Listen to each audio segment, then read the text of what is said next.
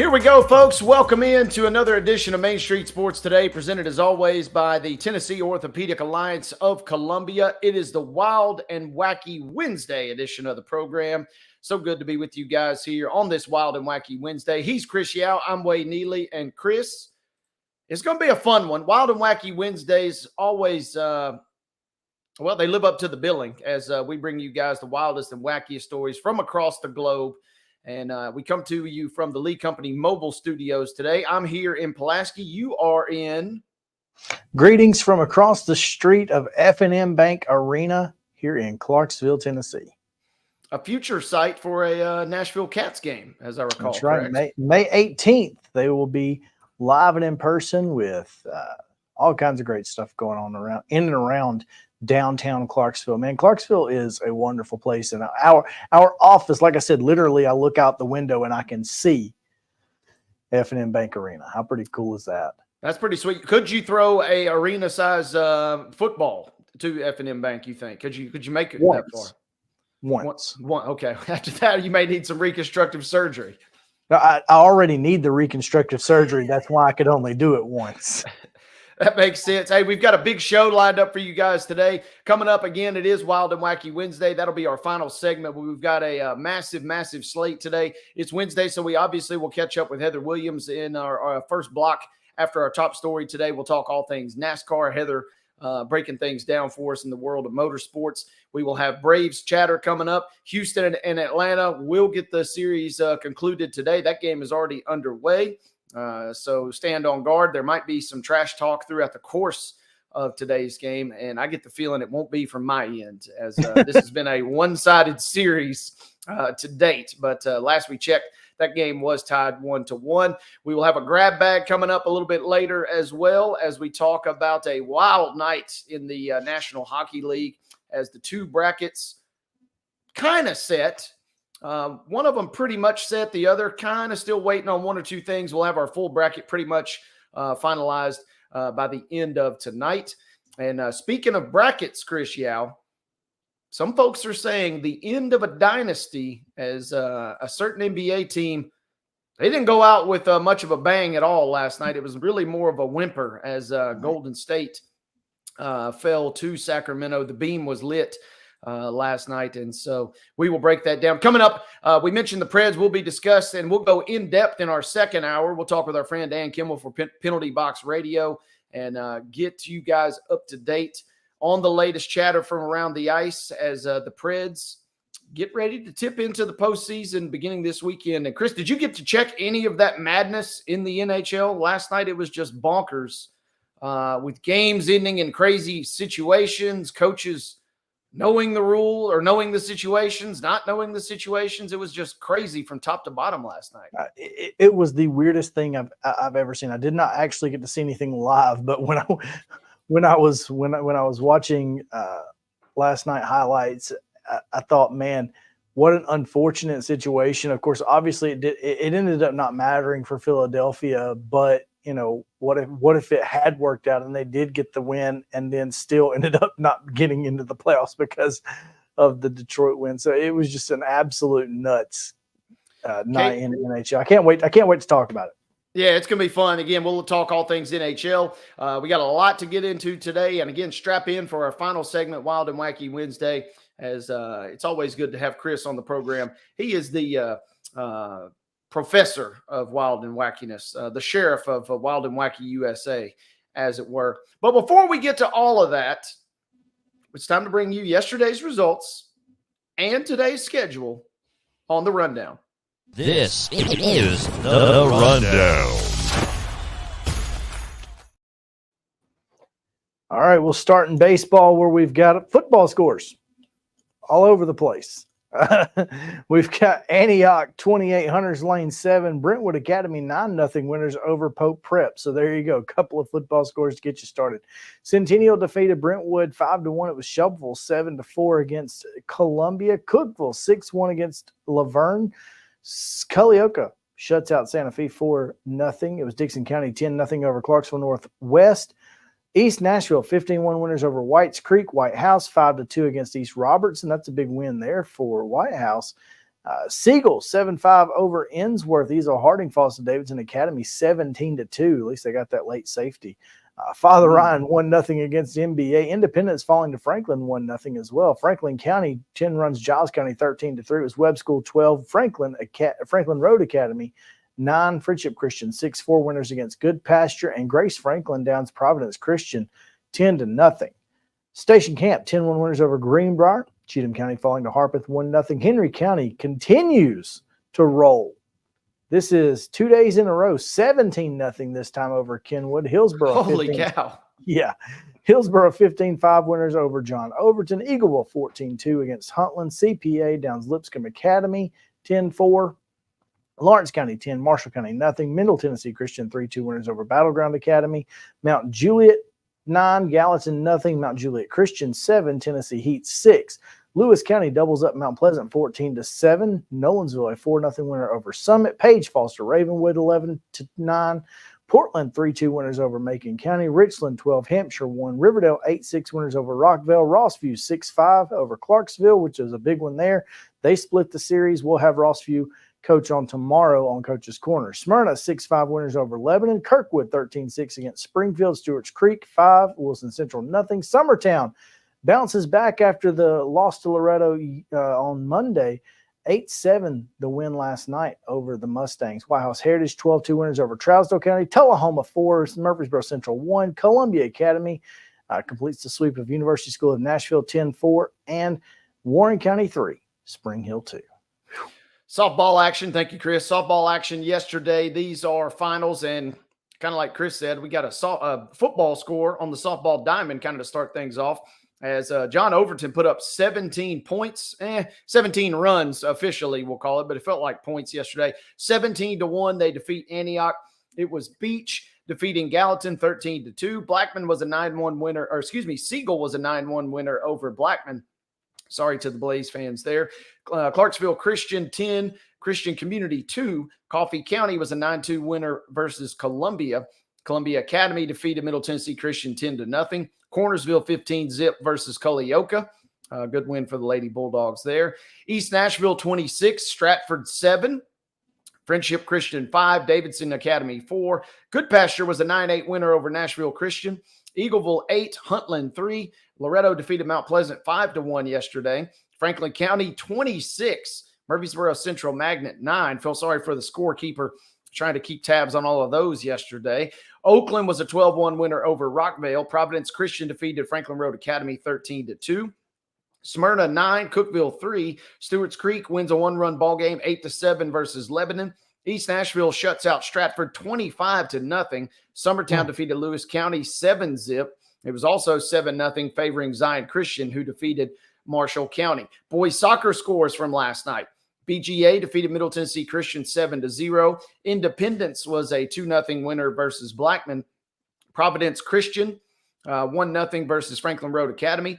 Gallatin 2-1 victory versus Mount Juliet. Grace Christian Franklin 4, Columbia Academy 1. Harpeth 6, McEwen 0. John Overton 4, Lawson 1. It was Laverne 5, Cookeville 1, Oakland 3, Siegel 3, Oakland 2. It was also a 3-2 game between Riverdale and Rockvale. Riverdale winning that contest last night. Smyrna 4, Stewart's Creek 0. McGavick 4, White House 1. In a game we broadcast last night on Pulaski Citizen Live, it was Giles County and Page battling to a 2-2 draw as the Patriots got a late goal to even that contest. Major League Baseball score last night, it was Houston falling to Atlanta, the Braves winning it 6-2. Omaha defeating the Sounds last night 10-9 to cap results from yesterday's action. There were a lot of high scores, not just high school. Looks like minor league baseball, they brought the bats as well last night, Park. Yeah, no doubt. 10-9. Wow. Baseball action today. Maplewoods at Antioch at 4:30. Centennials at Brentwood at 4:30. Also at 4:30, Glencliff plays host to Martin Luther King, and Father Ryan goes to MBA. Brentwood Academy is at Pope Prep. Ravenwood hosts Page. At 5 o'clock tonight, Westmoreland is at DeKalb County. At 5:30, it's Warren Central Kentucky at Whites Creek. At 6 o'clock tonight, you can catch Todd County Central at Northeast. Lipscomb Academy at CPA. Gallatin hosting Mount Juliet. Cookeville at Laverne. Blackman at Oakland. 6:30 tonight, Smyrna's at Lebanon. Middle Tennessee Monarchs are hosting Franklin Christian, and Riverdale's at Rockville. At 7 tonight, Beach is at Hendersonville. Los Gatos the Cats of California are at John Overton. Wow, that should be fun. Stewart's Creek's at Wilson Central, and a time unknown to us, Nolensville is at Summit. You're muted. Don't know what happened, but you're muted. Sorry about that. Softball games for tonight. Lawson is going to travel to Antioch. These games are beginning at 4:30, as is Mount Juliet Christian at Friendship Christian. Franklin Road Academy at St. Cecilia Academy. At 5 o'clock tonight, Laverne is at Cane Ridge. In a makeup contest, Lawrence County will come to Giles County tonight at 5 p.m. Riverdale is at Lincoln County. Station Camp is at Macon County this evening. Franklin visits Summit tonight to cap our 5 p.m. window. 5:30 first pitches between Clarksville at Kenwood. Eagleville traveling to Moore County tonight. 6:30 start times as Clarksville Northeast travels to East Robertson. Mount Juliet Christian is at Friendship Christian. Stewart's Creek is at Wilson Central. We do not have times listed, but we do have listed Martin Luther King at East Nashville, Portland at Westmoreland, Hume Fogg at White House Heritage to cap our softball schedule for tonight. Friendship Christian and DCA will play a boys soccer match. That's the lone soccer match on the docket. Correction, that reminds me, Richland is hosting Culleoka tonight in a game that will also be broadcast on Pulaski Citizen Live, and I believe start time is at 6 p.m. Check your local listings, but we will be broadcasting that game on PCL tonight. We mentioned the Braves and Astros are underway right now. Expect an update or two as our broadcast continues. That game is currently on ESPN Plus or Bally Sports, and the Sounds will play the was that the Storm Chasers we said yesterday of Omaha? I'm going to play them again at 6:35 to cap not only our professional sports for tonight, but to cap today's rundown.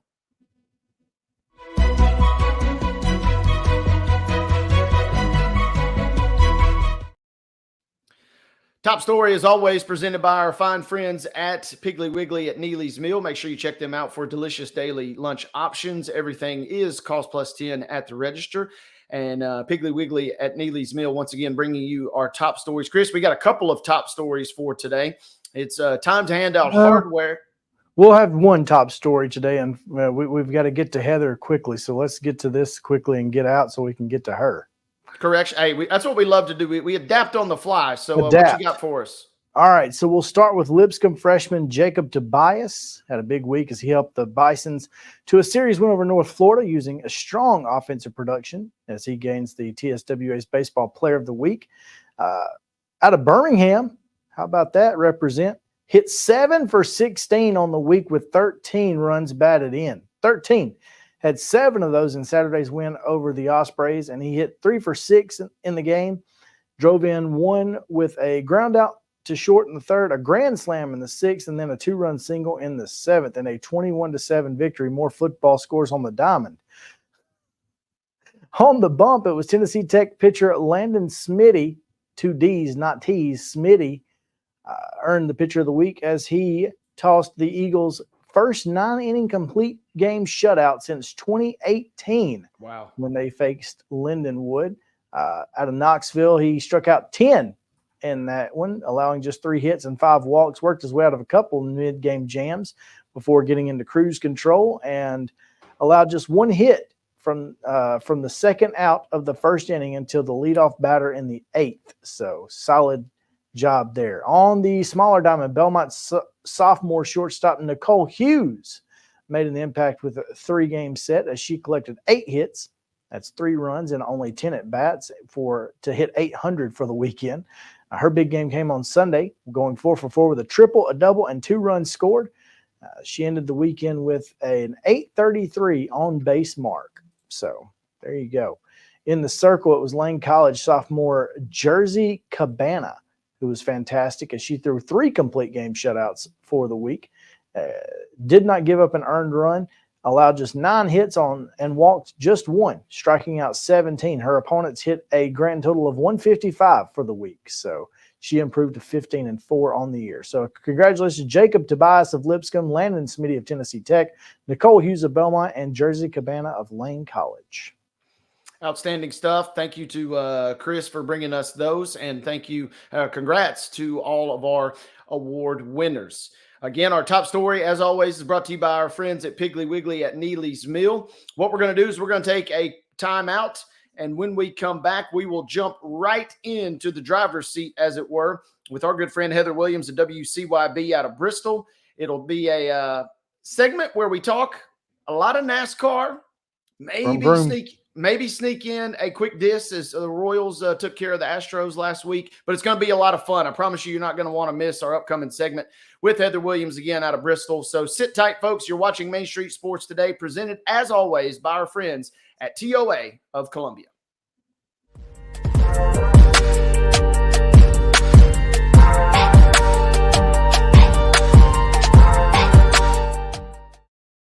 Nashville Sounds Baseball is back in Hit City for the 2024 season. Spend your nights and weekends at the ballpark with weekly giveaways, fireworks shows, throwback deals, live music, and more. Top talent will take the field at First Horizon Park against the AAA Minnesota Twins, Baltimore Orioles, Atlanta Braves, St. Louis Cardinals, Cincinnati Reds, and more. Tickets start at just $10 and are available now at NashvilleSounds.com. We will see you in Hit City. Whether you're an athlete or a weekend warrior, when it comes to your performance, don't settle for anything less than excellence. We're proud to announce that Mid-Tennessee Bone and Joint Clinic is now Tennessee Orthopedic Alliance of Columbia, where we are redefining sports medicine and orthopedics. Tennessee Orthopedic Alliance's team of expert sports medicine physicians understands the unique demands of your body. TOA Columbia specializes in personalized orthopedic care, offering state-of-the-art treatments for everything from sports injuries to joint replacements. Learn more at toacolumbia.com. With Lee Company technology, the best handymen are hands-off. Lee Company techs have been using visual findings and other smart technology tools for years to add transparency and virtually take customers along. You see what we see, whether we're in a crawl space or on a roof. With Lee Company, technology helps us help you, no matter what's happening in the world or at your house.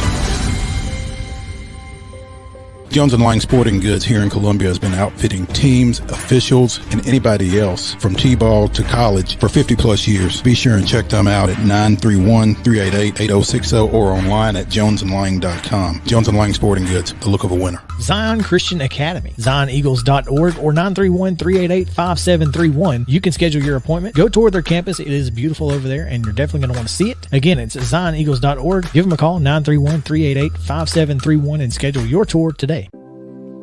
Custom Stone Handler supplies over 600 distributors and suppliers with quality stone products. Along with River Stone, we produce and distribute over 100 building, landscape, and other bulk products. Our goal is to provide quality products, service, and partnerships to ensure our customers' success. We firmly believe that the measure of any person or company is how they treat other people and customers. Give them a call at 931-490-4990 or visit CustomStonehandlers.com. A game without a crowd is just a scrimmage. A performance without an audience is just a rehearsal. Without your presence, high school sports and the performing arts aren't possible. Ensure that these essential extracurricular activities continue to enrich the lives of students in Tennessee. Purchase a ticket to your local high school's game or performance. This message presented by the TSSAA.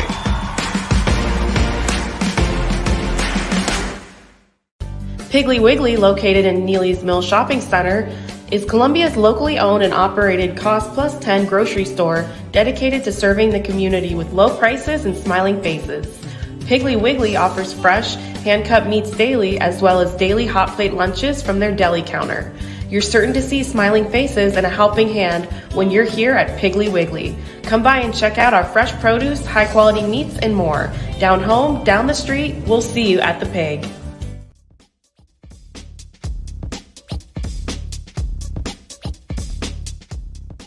Wild and Wacky Wednesday and Main Street Sports Today, presented as always by TOA of Columbia. Every Wednesday, we are joined by our good friend Heather Williams of WCYB out of Bristol. We talk all things NASCAR, And Heather joins us now. Good afternoon, Heather. How we doing? Hey, doing good. How are you? We are great, and thank you for joining us. And we know time is of the essence with you. So, hey, let's just dive right in. I made the comment to Chris a couple of days ago. My brain just still can't process the words overtime and NASCAR, let alone double overtime. What did you take away from another wild and crazy weekend at the track last week?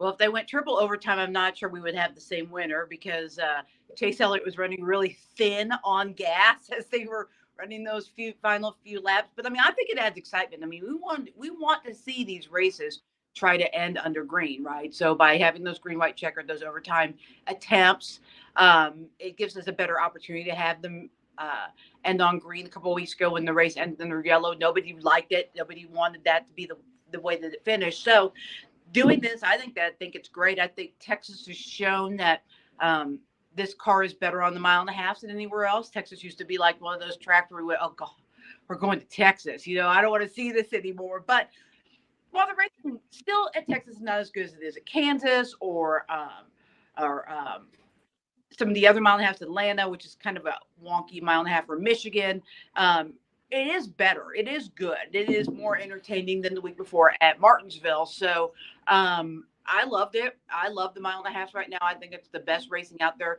Vegas is another great track. And if you watch the Xfinity race, you saw why we really like the mile and a half. Because, I mean, they said it was the second closest Xfinity Series finish. I don't know how you finish any closer than what they had. I still don't know who won the race. I looked at the picture and I'm like, I still don't know which one is in front. Yeah, it's wild. 0.002 seconds. That's jeez. Close.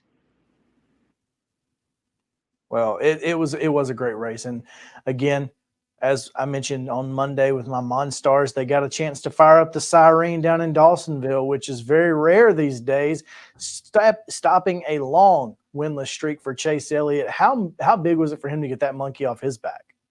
I mean, it was big, but they've been running well. I think it was more important from the fact that Texas is not a traditionally good track for Chase. And so for him to get a win there, I think gives him confidence. Like, they've been running well. They haven't always got the finishes they deserve, but by running well, getting the finish they deserved, and doing it at a track where he's not traditionally good at, when Bubba or Daniel Suarez or any of these drivers that aren't like Chase or Denny, where they're just good everywhere, when any of these drivers have finishes like that, I always think that's great. I also always think that makes them more dangerous because now they have confidence, because it's like, well, if I could do it at Texas, I could really do it next week at Talladega where I have 3 wins, right? So I think it gives them the confidence that they need to continue to push forward. Yeah, I'm reading an article, Heather, on Fox Sports, you know, and Chase, I guess I didn't realize how long the streak had been. I mean, 42 races. At what point, I'm sure along the way, you're sitting there thinking, okay, I've lost a close race, or, you know, I've gotten blown out. At some point, does that seed of doubt really kind of creep in and start playing mind games with you? I guess really my question maybe is more about how much of a strong will and a strong psyche do you got to have to overcome a long winless streak like we saw with Chase prior to this weekend? I mean, a little bit. I mean, let's be honest. If you're a driver or an athlete at this level, you're a little cocky, right? So you always think you could win. But I think what it does is it just reinstills what you've always believed. And it gives you the confidence to know you can get finishes, and that luck and circumstances aren't always going to fall against you. I mean, I don't think that Chase ever stopped believing that he could win races, but you do start to doubt if the circumstances you're in, your driver, your crew chief.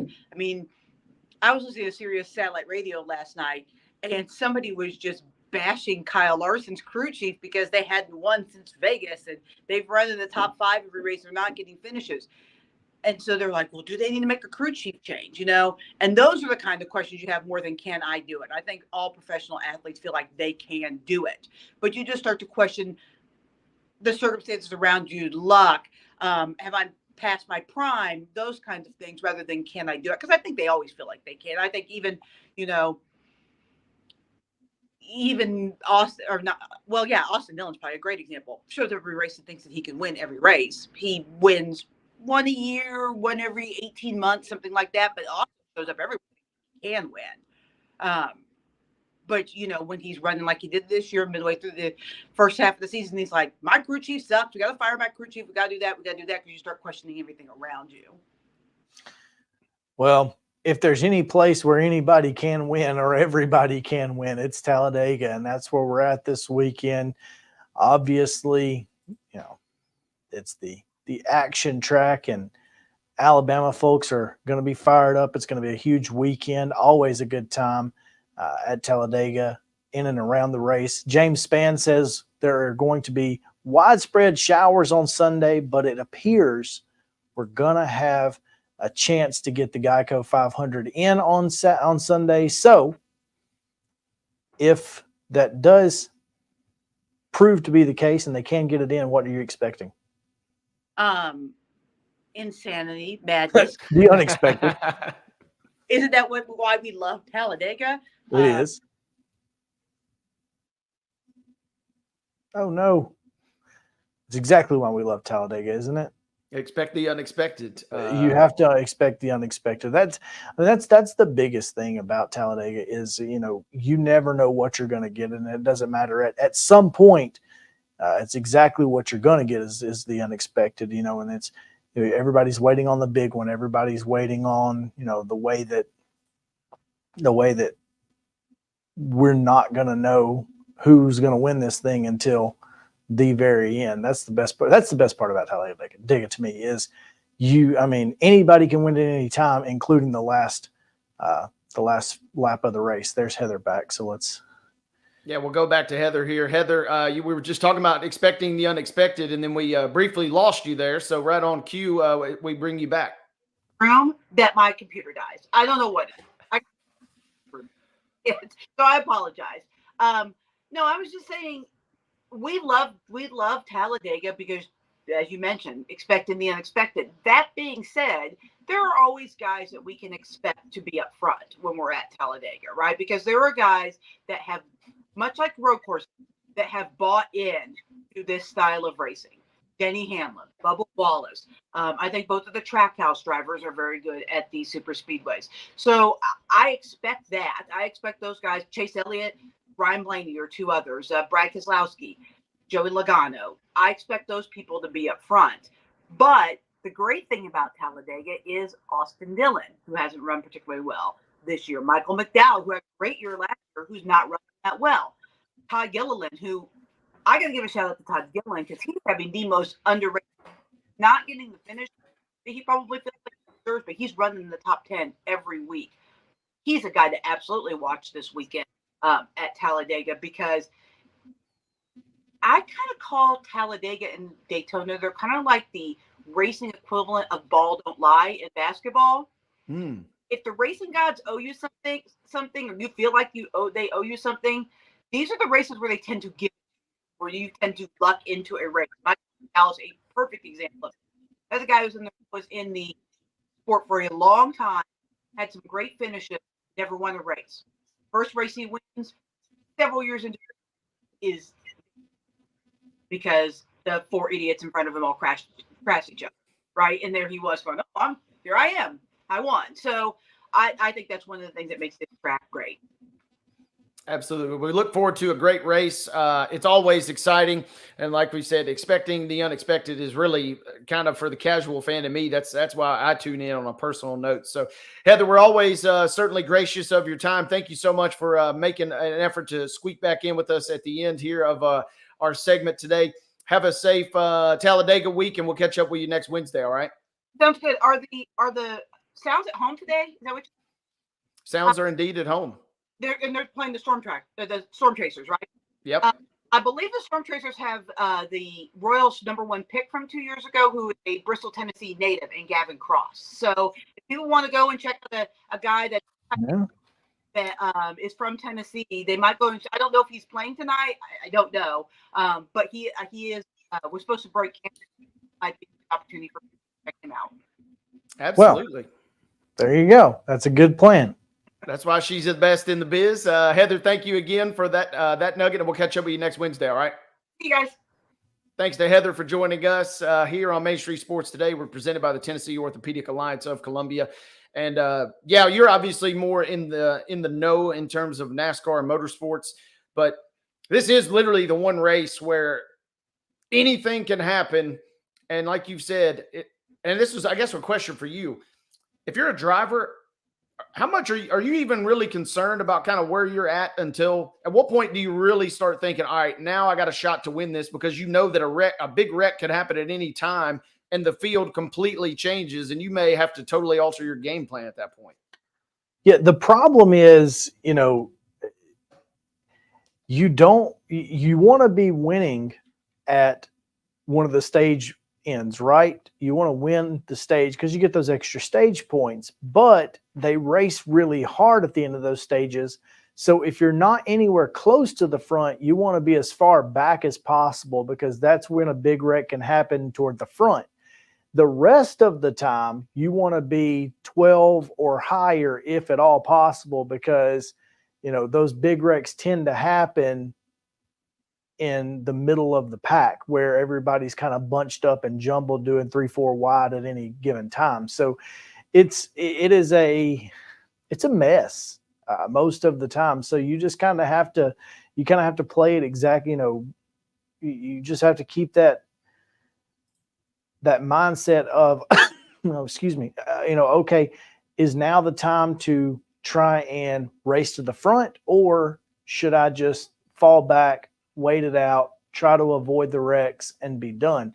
But again, if you're anywhere close to the wreck when it happens, you're probably going to get caught up in it. So it's a matter of, you want to be either in front of it or as far behind it as possible. One of the two. Yeah, and that seems, and that's always what's fascinated me in terms of strategy is, you'd prefer to be at the front and kind of pushing the pace, but you said it best. It seems like if you're not going to be at the front, you might as well just hang back and give yourself the best opportunity to kind of avoid that wreck that inevitably happens. And maybe history will bear it out, but it always feels like it certainly happens in the later stages of the afternoon as well. Is that any? Can you chalk that up to anything, or is this something that it can happen at any time? Maybe just bias, or I'm just misremembering, but it feels like it always happens right toward the end almost too. Yeah, it's usually in that third stage, and it's because one tire wear, the track is warm. You've got a lot of different elemental factors that play into it, and then of course, obviously, the closer you get to the end of the race, the more people are trying to race for position and for those points positions. So you see a lot of guys who will try something a little dangerous more often than not, in those final 150 or 25 laps. Producer Mark says that's the old Dale Jarrett strategy. Get the UPS car out of retirement there. This is always a fun race though, and even for the casual weekend. Yeah. I'm assuming you've been. Yeah, it is as fun a weekend as you can have in race. Even with the day, the Daytona 500, the race is a very big spectacle. With Talladega, it's almost like an Ole Miss football game. The race is secondary, the party is the primary. And that's kind of the way I've always seen it. I will say this. I have driven by on I-20 the weekend after. And with the porta potties just everywhere. With the porta potties and the carnage just lined up everywhere and strode all over. I want to go.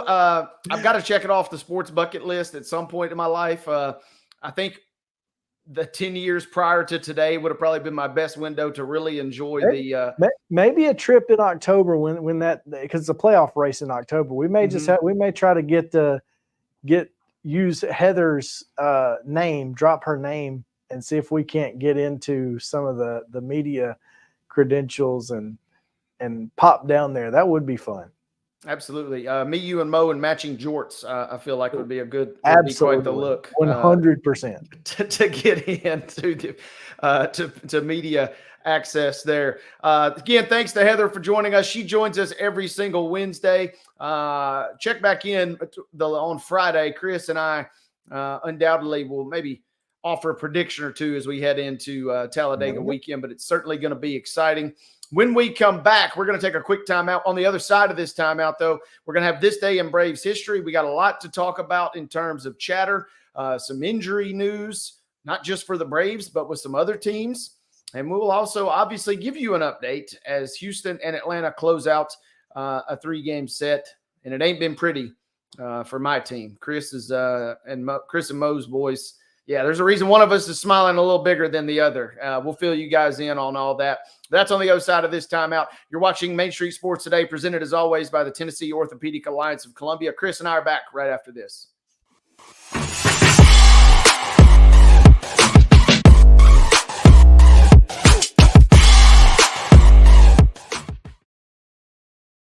Whether you're an athlete or a weekend warrior, when it comes to your performance, don't settle for anything less than excellence. We're proud to announce that Mid-Tennessee Bone and Joint Clinic is now Tennessee Orthopedic Alliance of Columbia, where we are redefining sports medicine and orthopedics. Tennessee Orthopedic Alliance's team of expert sports medicine physicians understands the unique demands of your body. TOA Columbia specializes in personalized orthopedic care, offering state-of-the-art treatments for everything from sports injuries to joint replacements. Learn more at toacolumbia.com.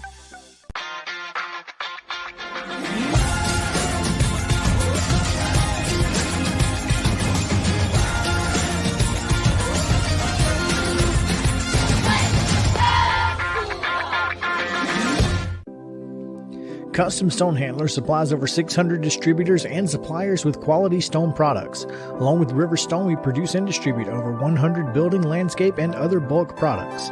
Our goal is to provide quality products, service, and partnerships to ensure our customers' success. We firmly believe that the measure of any person or company is how they treat other people and customers. Give them a call at 931-490-4990 or visit CustomStonehandlers.com. Nashville Sounds Baseball is back in Hit City for the 2024 season. Spend your nights and weekends at the ballpark with weekly giveaways, fireworks shows, throwback deals, live music, and more. Top talent will take the field at First Horizon Park against the AAA Minnesota Twins, Baltimore Orioles, Atlanta Braves, St. Louis Cardinals, Cincinnati Reds, and more. Tickets start at just $10 and are available now at NashvilleSounds.com. We will see you in Hit City. With Lee Company technology, the best handymen are hands-off. Lee Company techs have been using visual findings and other smart technology tools for years to add transparency and virtually take customers along. You see what we see, whether we're in a crawl space or on a roof. With Lee Company, technology helps us help you, no matter what's happening in the world or at your house. Piggly Wiggly, located in Neely's Mill Shopping Center, is Columbia's locally owned and operated Cost Plus 10 grocery store dedicated to serving the community with low prices and smiling faces. Piggly Wiggly offers fresh, hand-cut meats daily as well as daily hot plate lunches from their deli counter. You're certain to see smiling faces and a helping hand when you're here at Piggly Wiggly. Come by and check out our fresh produce, high-quality meats, and more. Down home, down the street, we'll see you at the Pig. We thrive under the lights. A city of performers, putting on one heck of a show. Headlining night after night. Welcome to Smashville.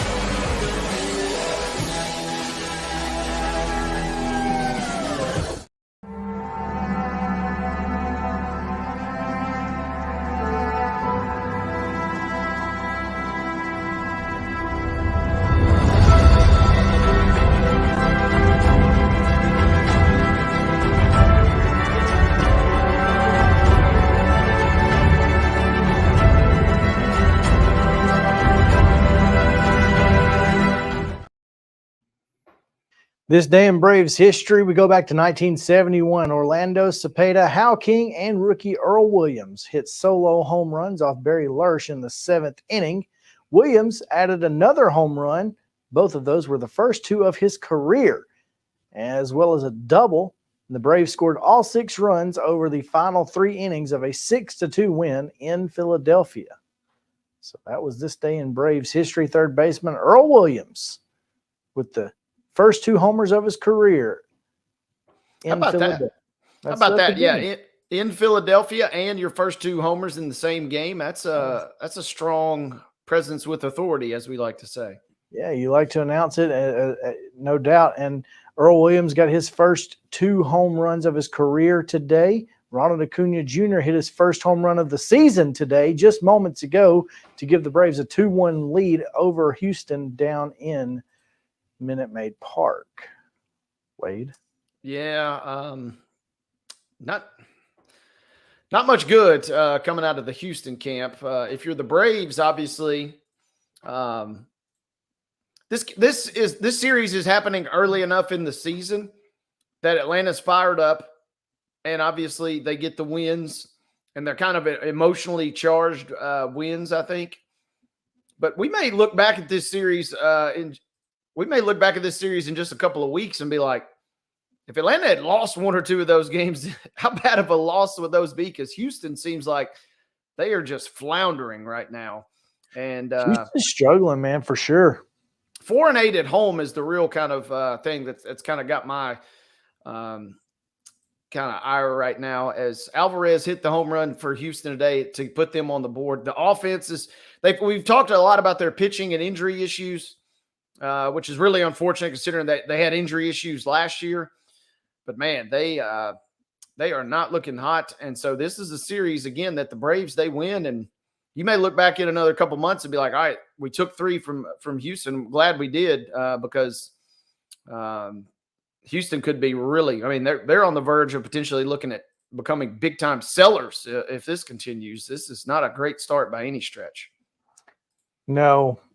Speaking of bad starts, Max Fried, by the way, runners on the corners with 1 out right now for the Astros. Well, now 2 in scoring position, matter of fact, as I'm sure that's Kyle Tucker. Let's see. Tucker hit a home run last night. Alvarez the second on a wild pitch. Okay, so there's that. Max Fried not having a great start to the year, and today even less so. He has thrown 81 pitches, only 43 strikes. Nearly half of his pitches have been balls. That's wild. That's not what you expect from Max Fried. I was going to say that's certainly not what you're accustomed to if you're a Fried / Braves fan. And has that been a trend, or is that something that? Yes. Okay. Yes, he has pitched. He's pitched very poorly this season. I mean, just has been not good. His first 2 starts, he went 2/3 of an inning.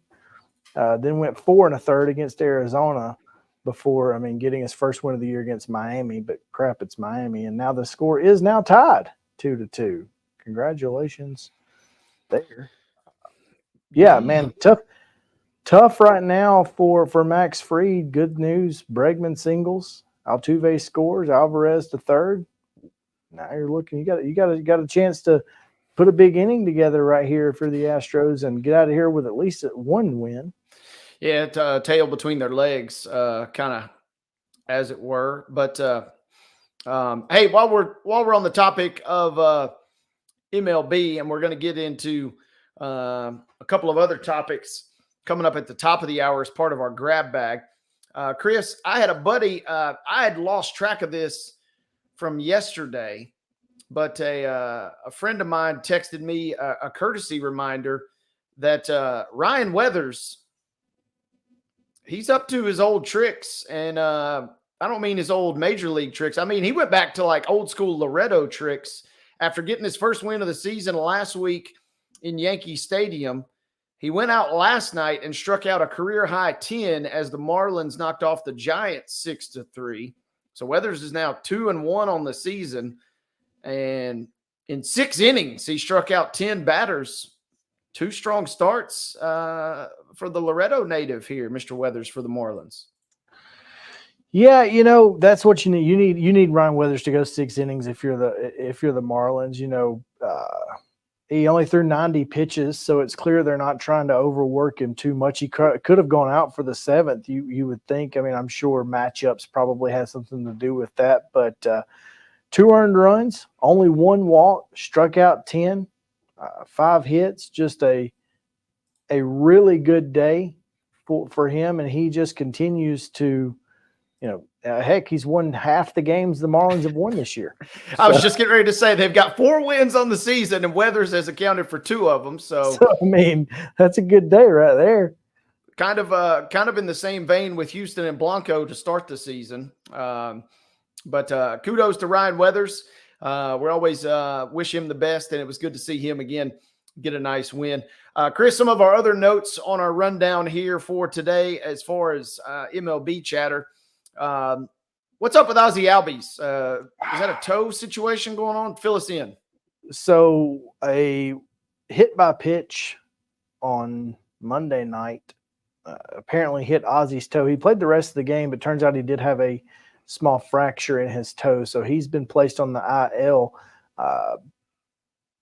Braves insert Luis Guillermo, who has been a thorn in the Braves' side over the last few years for the New York Metropolitans. And one of the reasons that he's been a big thorn is because he doesn't hit the ball really hard. When he hits it, the ball seems to find its way to the ground somehow, some way. And last night was no different.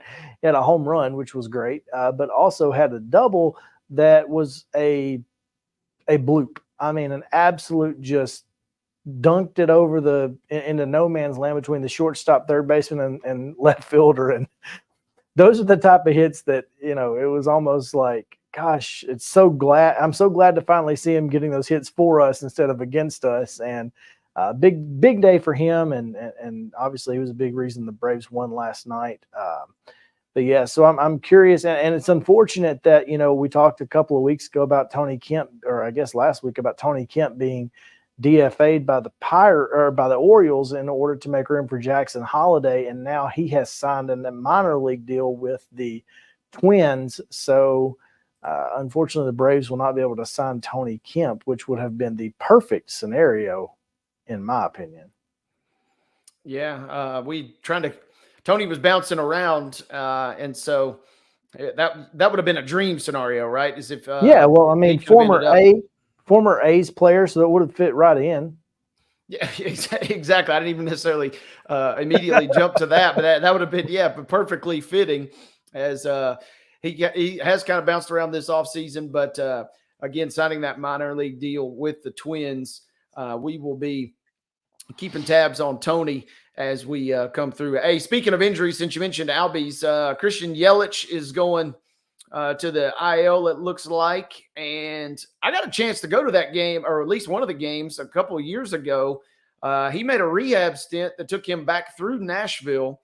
He actually started the season in Nashville last year, maybe. Maybe not, but I feel like he played last year in Nashville. No, that was Joey Votto that started the season here last year. Yep. Yeah, I guess it was a couple of years ago, late in the year, where he has spent some time, and I think we'll probably see him again for at least a game or two. Went to that was in 21, I remember, and went with a couple friends, and depending on how tapped in you really are, some of the guys that I was with, they were expecting a massive, performance and blah, blah, blah. I think he took 1 at bat. I think it was his last game before he went back. He took 1 at bat. I don't know that he even stayed in the dugout the rest of the game. He immediately was like, yep, I got my AB in, and I'm hitting the plane back to Milwaukee. And now that you say that, you're right. My sister went to that game last year where Votto was there to start. Crushed the first. Absolutely tattooed one, yes. he put it at the AT&T building. The Batman building caught his first home run of AAA last year. There's no doubt. My goodness, yeah, he absolutely decimated one. So Yelich, we could see him in Nashville as the Sounds will get underway. And Chris, I'm a little devastated. I had big plans going into this week, and I had a game plan all mapped out. And you and I even had talked about you might be in attendance as well, but I'm not going to be able to make it to First Horizon Park, I don't think, tonight, and I'm devastated by that. obviously, because anytime you can see the sounds is great. But the Sounds Squishmallow giveaway night, that's one that caught my eye, and it doesn't look like I'm going to be able to get up there and get one tonight. And, there are quite a few members in the Neely household that are going to be devastated to hear that news this evening. I've got to go. You're closer than I am at that point. I could drive through Nashville to get home tonight. We'll see. We'll see. I might have to snag a Squishmallow or two and see if I can't bring one and get it to you. That would be. I'll run through the front office and make Jeff and Colin hand some over. Our friends at the Sounds, say we know you got them Squishmallows. Give them up. Yeah, and we know you're hiding them. We know you're hoarding them. Certainly won't be as hot of a item, and we had it on display actually in the studio yesterday. And if you we're in the Lee Company mobile studios today, but the next time that we're back together and on camera, just take a peek in the background. We've got a nice Sounds item. I don't want to really shout it out all the way because I kind of want the viewers to kind of see it. Yeah. Kind of do some of their homework. But we have a sweet new giveaway that's coming to First Horizon Park, and we're proud to display that in our studios in Columbia there. Yeah, no doubt. All right. Any other odds and ends on the MLB front? I got nothing. I got nothing on baseball. 3-2 now, Astros. At the end of the fifth inning, so Max Fried did get out of it eventually, but Kyle Tucker doubled and brought home the go-ahead run. So Braves offense, you got to get them out 27 times, not 24, as you guys have been prone to do the last 2 days. The 24 outs are easy. It's those 25, 26, and 27 y'all are struggling with right now. That, and obviously when they get Hader and then you got Presley going in, I'm thinking, man, this is a dream situation in terms of the back end. We might win this thing in the ninth. Yep. It has not been kind to Houston thus far. And again, my only saving grace, and I was talking to a couple of friends about this last night. Mark Mize, who helps with our Pulaski Citizen broadcast coverage. He's an Orioles fan, so obviously he's feeling pretty cocky right now as they have now tied the Yankees in the AL East. But we were talking about the AL Central and kind of how they've kind of gotten off to a little bit of a fast start. But, partner, the AL West, it ain't good. Texas is leading that division right now, and their record is 9-9. Yeah, 500. Yeah. Houston is 6-13, and they're only 3.5 games back. So that is only the saving grace for me right now, is that even as poorly as they have played, it's not as if the White Sox, who are historically bad, potentially, they're 9.5 games already back, and we're not even barely halfway through the month of April. Yeah. It's working out okay for right now. So MLB chatter kind of going around the horn. Again, it is 2 of 3 are definitely going to the Braves. I tip my cap to Mo and Chris. You guys have been gentlemen thus far, but still got one more game to go. We'll see. I'm bringing the broom to the office tomorrow. If game 1 was 6-1, game 2 was 6-2. You guys have 3 runs right now, but it would only be fitting to finish this one 6-3. 6-3. So we'll keep you guys up to date as we get ready to roll on into hour number 2. Speaking of hour number 2, we got a big hour lined up. Still to come, we've got our grab bag coming up. We're going to talk a lot of hockey in hour number 2. We got some sports betting news, which should or could perk up some ears, but this is kind of a cautionary tale of what can happen if you fly too close to the sun, as one particular NBA player has found out. We also have some chatter from the NFL, and as we mentioned, Ann Kimmel for Penalty Box Radio is coming up in the second block of hour number 2. But finally, we close things out as we do every Wednesday. It'll be Wild and Wacky Wednesday. That's a rundown of hour number 2. So don't go anywhere, folks. We're going to step aside for a quick timeout. When we come back, we will kick things off with that grab bag. We got a lot to get into, and you're not going to want to miss it. So come back with us. You're watching Main Street Sports Today, presented by the Tennessee Orthopedic Alliance of Columbia. Chris and myself, we will be back right after this.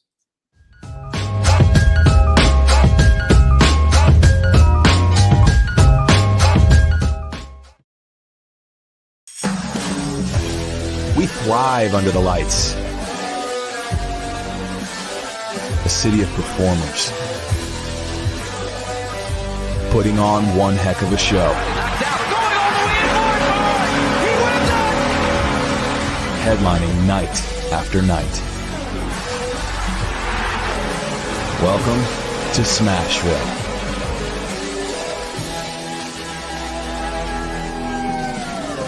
Whether you're an athlete or a weekend warrior, when it comes to your performance, don't settle for anything less than excellence. We're proud to announce that Mid-Tennessee Bone and Joint Clinic is now Tennessee Orthopedic Alliance of Columbia, where we are redefining sports medicine and orthopedics. Tennessee Orthopedic Alliance's team of expert sports medicine physicians understands the unique demands of your body. TOA Columbia specializes in personalized orthopedic care, offering state-of-the-art treatments for everything from sports injuries to joint replacements. Learn more at toacolumbia.com. With Lee Company technology, the best handymen are hands-off. Lee Company techs have been using visual findings and other smart technology tools for years to add transparency and virtually take customers along. You see what we see, whether we're in a crawl space or on a roof. With Lee Company, technology helps us help you, no matter what's happening in the world or at your house. Jones & Lang Sporting Goods here in Columbia has been outfitting teams, officials, and anybody else from T-ball to college for 50 plus years. Be sure and check them out at 931-388-8060 or online at jonesandlang.com. Jones & Lang Sporting Goods, the look of a winner. Zion Christian Academy, zioneagles.org or 931-388-5731. You can schedule your appointment. Go tour their campus. It is beautiful over there, and you're definitely going to want to see it. Again, it's zioneagles.org. Give them a call, 931-388-5731, and schedule your tour today. Piggly Wiggly, located in Neely's Mill Shopping Center, is Columbia's locally owned and operated Cost Plus 10 grocery store dedicated to serving the community with low prices and smiling faces. Piggly Wiggly offers fresh, hand-cut meats daily, as well as daily hot plate lunches from their deli counter. You're certain to see smiling faces and a helping hand when you're here at Piggly Wiggly. Come by and check out our fresh produce, high-quality meats, and more. Down home, down the street, we'll see you at the Pig. Nashville Sounds Baseball is back in Hit City for the 2024 season. Spend your nights and weekends at the ballpark with weekly giveaways, fireworks shows, throwback deals, live music, and more. Top talent will take the field at First Horizon Park against the AAA Minnesota Twins, Baltimore Orioles, Atlanta Braves, St. Louis Cardinals, Cincinnati Reds, and more. Tickets start at just $10 and are available now at NashvilleSounds.com. We will see you in Hit City.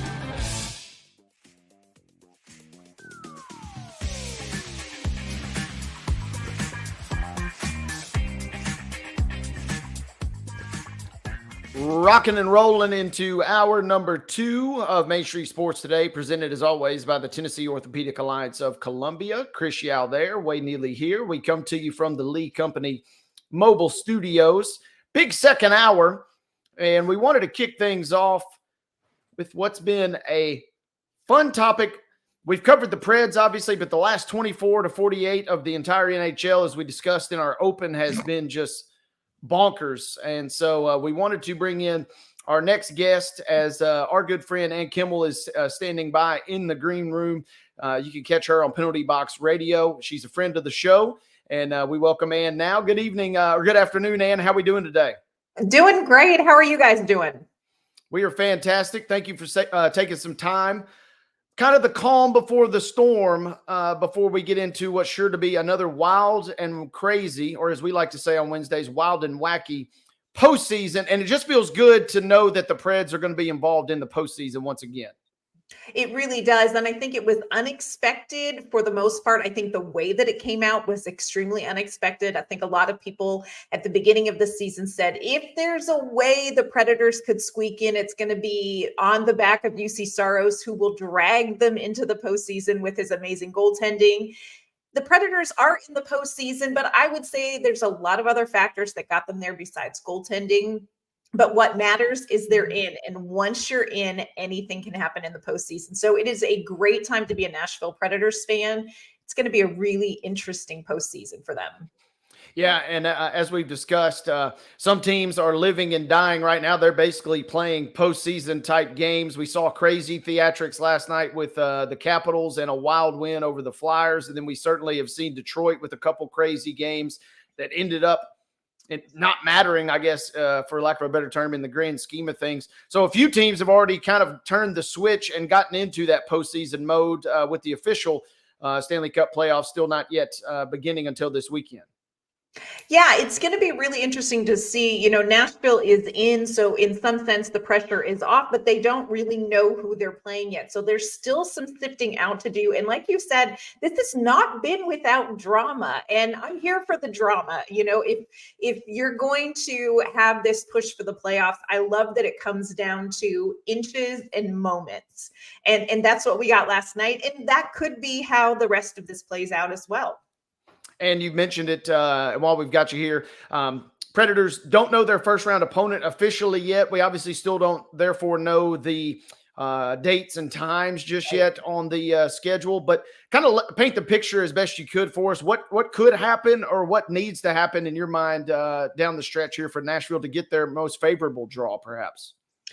Yeah, if you ask Andrew Brunette, he will tell you, as will the players, we'll play whoever you put in front of us. And while that is true, I do think there are, you know, some situations that are maybe a bit more favorable for the Predators. I think right now the Predators would like a shot in the first round at Vancouver over Dallas. That could be decided tonight. Dallas plays St. Louis.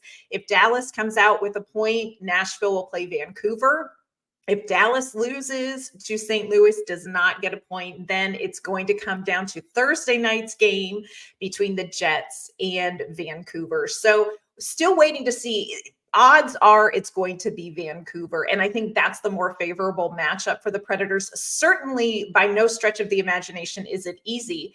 But this is a different Predators team in the postseason than faced Vancouver kind of earlier in the year. So I think there are more opportunities for Nashville. I think the style of hockey maybe is a little bit more favorable compared to a team like Dallas. You know, Dallas really is coming into this postseason stretch. They're coming in really hot. They're peaking at the right time. Timing is everything. So I think Nashville would probably prefer to play Vancouver, but of course, then you have to factor in things like travel time, and that becomes another element in the postseason. So there's pluses and minuses to both. I think right now, Andrew Brunette and the team just wants to know who it is, because then you can get more specific in your preparation.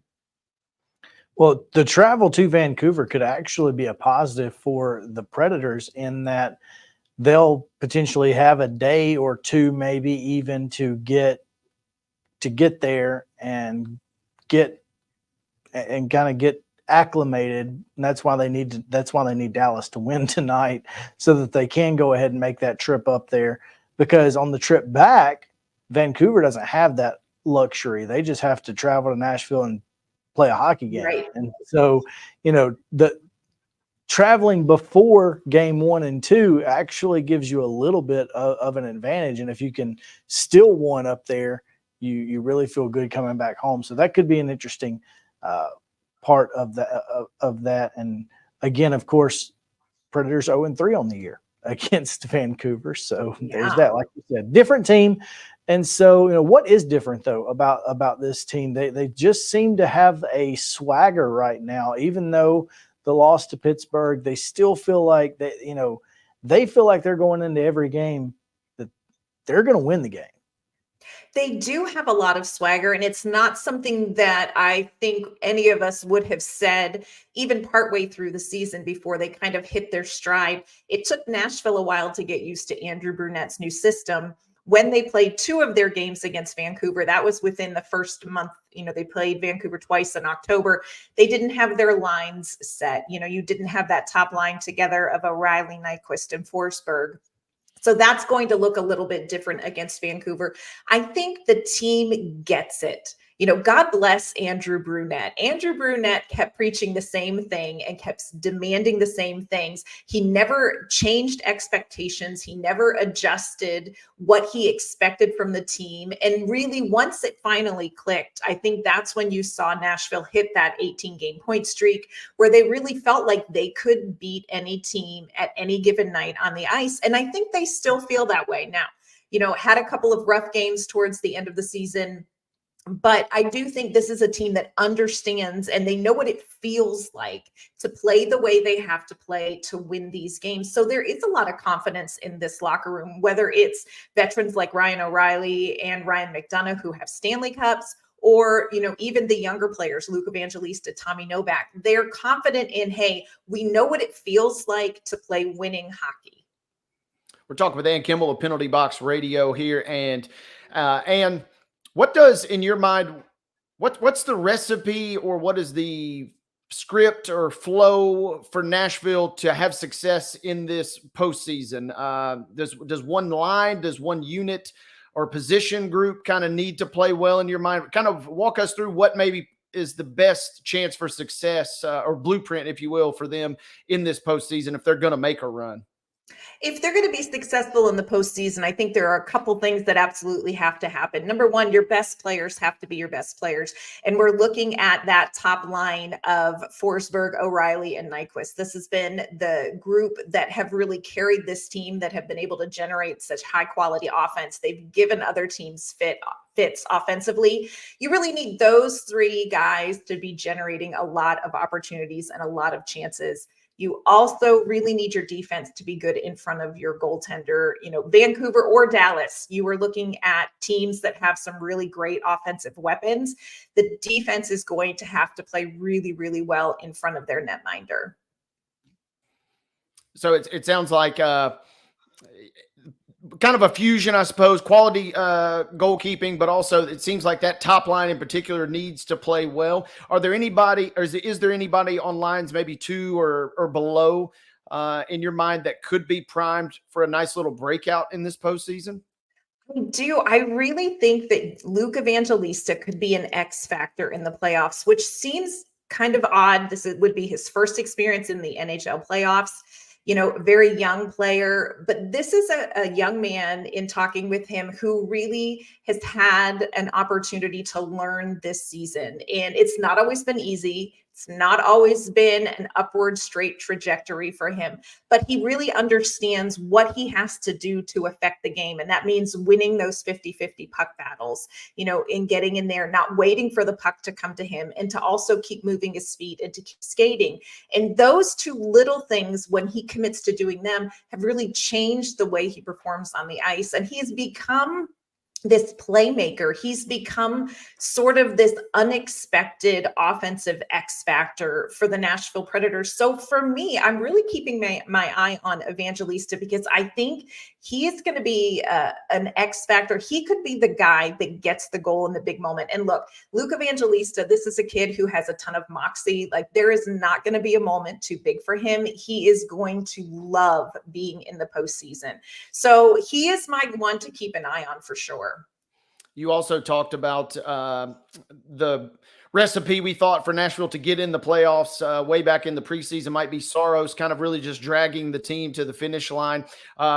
Is he going to be asked to kind of stand on his head again in the postseason, in your mind, for Nashville to have success? Can Nashville get by with him being just quote unquote okay in your estimation?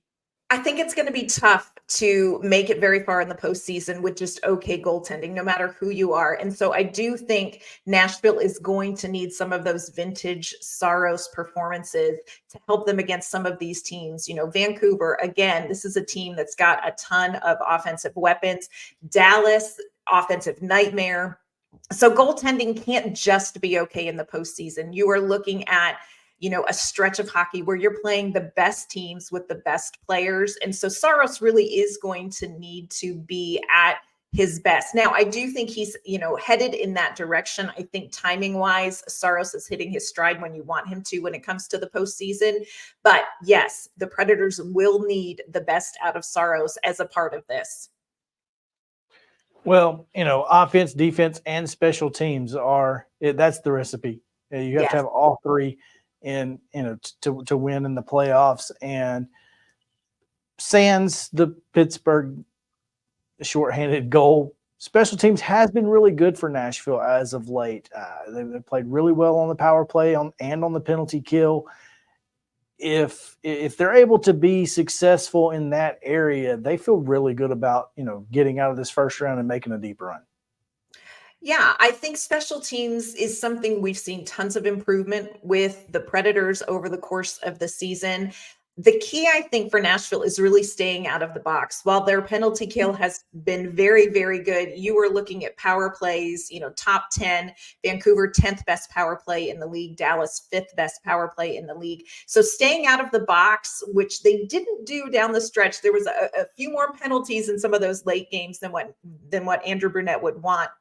But if you can keep, out of the box, stay out of the box, I think the power play, especially if they can win that first face-off, off of the power play and get set up in the offensive zone. This is a power play unit, both of them that can really score some goals. Ryan O'Reilly, you've got Luke Evangelista on the top line now doing really well. Tommy Novak, Ryan McDonough quarterbacking that second unit. So, if you can get opportunities on the power play, I think Nashville has shown that if they can get in the zone, they can really make something happen. So that may be something that can swing it. But for me, the key is just stay out of the box. Don't go to the penalty box. Yeah, well, easier said than done when you. It always is. Oh, man. Especially in the playoffs when everything is amped up to, 11 and you have the league record holder for hits in a season. I mean, this is going to be interesting. Yeah, it's going to be interesting. And I think it's going to be interesting for these young players who this is their first NHL playoff, because you do have to manage the emotions while still elevating your game. So it's definitely going to be a learning curve for some of these younger players, but I think they may surprise you in how well they can step up. I think so. We're talking with Ann Kimmel of Penalty Box Radio. And seems like the West has kind of not been finalized, obviously, but it seems like it's pretty much been set for what feels like weeks now compared to how crazy the East has been over the last couple of nights. In your mind, obviously, we're going to be hyper-focused on the series featuring Nashville, but who's maybe, in your estimation, playing some sneaky good hockey right now? Who is the squad that could – in your mind, make a run out of the West and potentially get into the Stanley Cup Finals? The team that I kind of keep my eye on in the West, of course, you have to say Edmonton because, Connor McDavid. But if I'm talking about who's a team that maybe I wouldn't see coming, and it may sound strange based on the rankings, but the Winnipeg Jets. Winnipeg would face off against Colorado, and nobody really would want Colorado in the first round, but I really think this Winnipeg Jets team matches up very, very well against Colorado. I think they are sneaky good. And again, for me, it comes down to the Connor Hellebuyck factor. If you have Connor Hellebuyck in net for your team in the postseason, you have so much going for you. He is absolutely clutch in the postseason. He's been fantastic in the regular season. I think you have to say this is the guy who's probably going to get the Vezina. So for me, I think Winnipeg is the team that has it all really together. I know they took a little dip at, later on in the season, but I really think they have all of the pieces together. And that Connor Hellebuyck factor for me, I think Winnipeg could really surprise some people.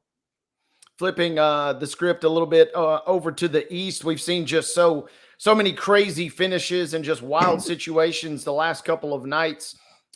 Is this a situation where a team like Washington, just as they get in at the death into the postseason, do they have the goods to maybe make a run? Or who are some other teams that you're going to be kind of keeping your eyes on out of the East now into the Stanley Cup playoffs? I think it's going to be interesting to watch the Capitals. Alex Ovechkin, again, that's one of those players who in the big moments, you just cannot count him out. So let's see what they can do. I would be surprised if they make it out of the first round. I know a lot of people would love to see that happen.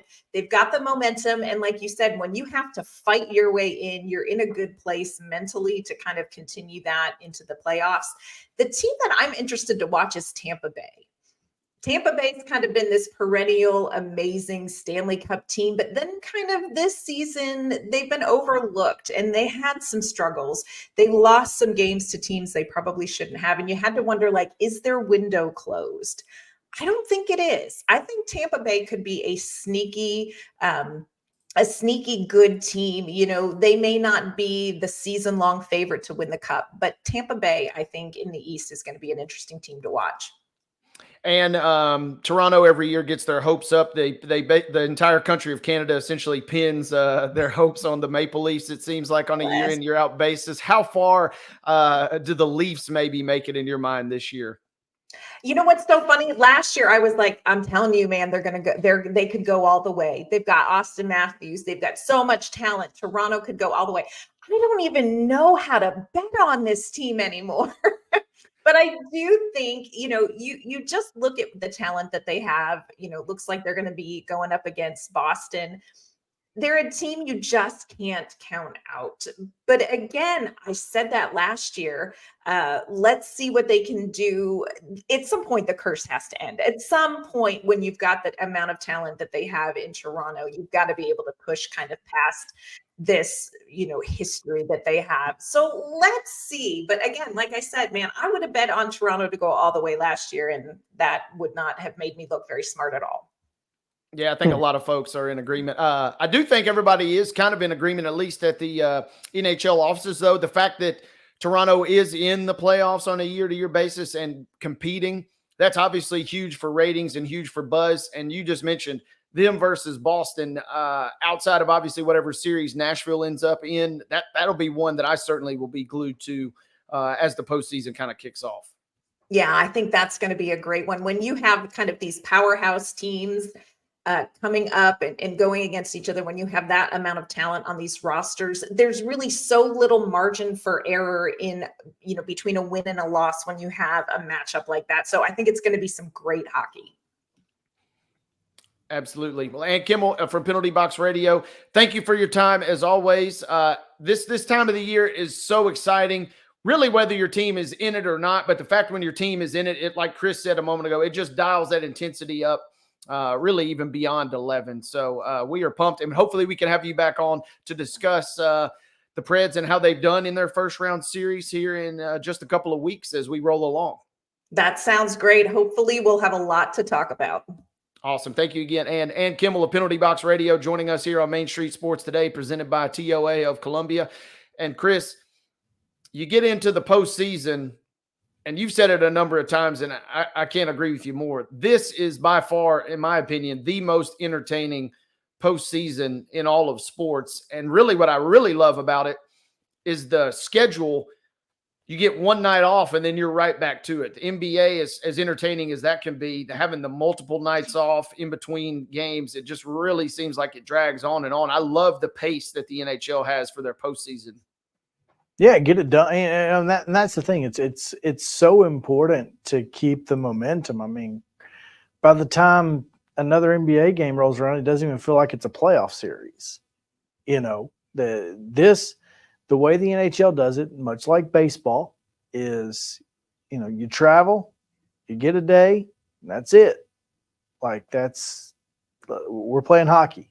We're going to figure out who the best team is. We're going to move on to the next round. And then, you know, it gets it over quickly. And, you know, unlike the NBA, that it feels like the playoffs last as long as the season sometimes. So it's really aggravating. We'll talk more NBA on the other side of this time out in our grab bag, but it's aggravating when you're a fan of the team, especially because you just got a crazy win on a buzzer beater or a dramatic comeback and you're ready to go. And then you got to wait 4 days because the series has got to shift from one side to the other. So I love the format. I love the fact that the NHL kind of just keeps it rolling. And this is the time of the year too. Yeah. Yep. And you know, and you go back and you think about, you know, when the Preds made their run, and then the very next year when they were the 1 seed and got put out, and then that, you know, the Winnipeg series when you know, they won the 3 games on the road and lost 4 at home because, you know, of course they did.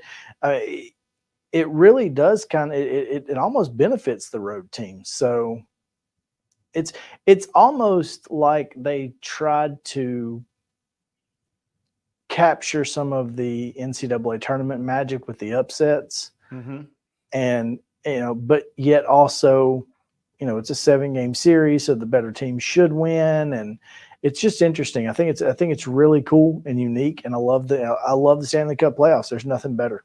I love it. I'm with you as well. Obviously, I'm a little more tapped in when Nashville's involved, which will make this year certainly more entertaining. The other thing that I really love about the Stanley Cup playoffs is just how casual they are with the injury news. The report will come out. Yeah, so-and-so, he broke his hand last night, but yeah, he's out there playing. Nope. Right. Yeah. It's a lot different than, any other sport. Yeah. I mean, if, you break a pinky finger, they don't care. You're playing. So yeah. Tape it up. I always love that. They reveal, he suffered an upper body injury, and then you find out later that he played 5 games on a broken hand. And you're just like, well, we shouldn't be surprised. These guys they're hockey players after all. So toughest players in the business. No doubt about it. Thanks to Ann Kimmel once again from Penalty Box Radio for joining us, as Nashville is either going to get Vancouver or Dallas, it looks like. And even though their season ended on Monday, we got games tonight, we got games tomorrow, and we will see how the Western Conference bracket is eventually finalized. Speaking of brackets, play-in games occurred last night in the NBA, and at least for one team, is it the end of a dynasty? We'll talk a little grab bag action here, as one team made a absolute dud of a exit last night from the NBA playoffs. We'll also talk a little NFL chatter about a famous coach. You may have heard of this gentleman that we'll discuss on the other side of this timeout. It's part of the grab bag, so stick around with us. Grab bag coming your way on the other side of this break as you're watching Main Street Sports Today, presented as always by TOA of Columbia.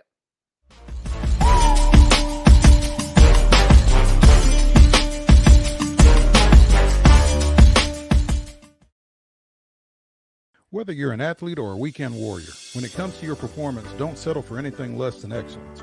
We're proud to announce that Mid-Tennessee Bone and Joint Clinic is now Tennessee Orthopedic Alliance of Columbia, where we are redefining sports medicine and orthopedics. Tennessee Orthopedic Alliance's team of expert sports medicine physicians understands the unique demands of your body.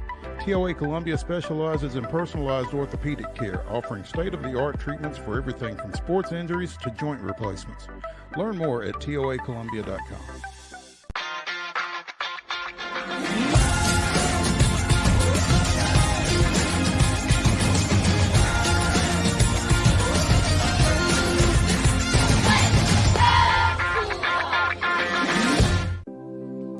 Custom Stone Handler supplies over 600 distributors and suppliers with quality stone products. Along with River Stone, we produce and distribute over 100 building, landscape, and other bulk products. Our goal is to provide quality products, service, and partnerships to ensure our customers' success. We firmly believe that the measure of any person or company is how they treat other people and customers. Give them a call at 931-490-4990 or visit CustomStonehandlers.com. With Lee Company technology, the best handymen are hands-off. Lee Company techs have been using visual findings and other smart technology tools for years to add transparency and virtually take customers along. You see what we see, whether we're in a crawl space or on a roof. With Lee Company, technology helps us help you, no matter what's happening in the world or at your house. Piggly Wiggly, located in Neely's Mill Shopping Center, is Columbia's locally owned and operated Cost Plus 10 grocery store dedicated to serving the community with low prices and smiling faces. Piggly Wiggly offers fresh, hand-cut meats daily, as well as daily hot plate lunches from their deli counter.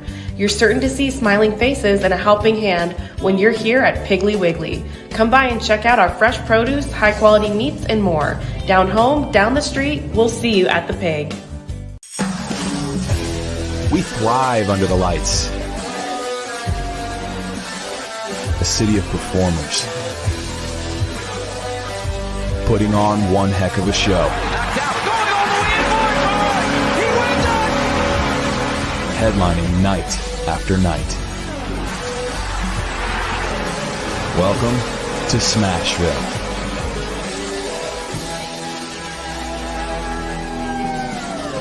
Nashville Sounds Baseball is back in Hit City for the 2024 season.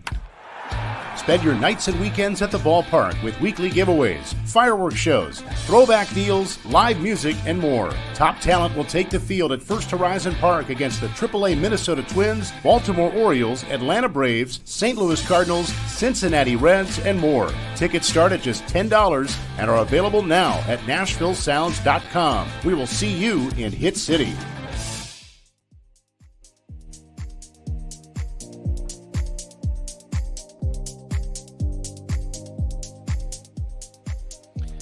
Welcome back, folks. Main Street Sports Today, presented as always by TOA of Columbia. We come to you from the Lee Company Mobile Studios. I'm here in Pulaski. Chris Yao is in Clarksville. And from one end of the state to the other. This is about as far as we could get traversing the Lee Company Mobile Studios. I mean, the two of us are probably equal distances from two different states. You know, you kind of just blew my mind there, but you're right. I mean, you're basically in Kentucky. I'm basically in Alabama. It is incredible. And, you know, covering everything from here to there. From preps to pros. We just got done talking a little Nashville Predators hockey with our good friend Dan Kimmel from Penalty Box Radio. In our first hour, we caught up with Heather Williams as we talked a lot of NASCAR in a short amount of time, which is kind of fitting as they get ready for Talladega this weekend. We've also had some Braves and Astros chatter. It's been more on the end of Braves chatter than Astros chatter, thankfully, as Houston has been struggling as of late, but that's okay. Chris, as we dive into this next segment, we'll close obviously with Wild and Wacky Wednesday, but we kind of got a grab bag here, and the grab bag is interesting. And last night, as we jump right in, they're calling it the end of a dynasty. And I caught quite a bit, especially the second half, as Golden State, the Warriors go to Sacramento and they fall in convincing fashion. This game turned into a real kind of runaway down the stretch. And Golden State, not with a bang, but rather with a whimper, they fall 118-94. The Kings move on to the second round, as it were, of the play-in tournament, where they're going to meet the Pelicans on Friday. And the NBA and the play-in tournament is wild. It is confusing. And even if you're a basketball fan, it's kind of confusing. The Lakers defeated the Pelicans in the first game of the night. So the Lakers, I think I have this right, they get the 7 seed.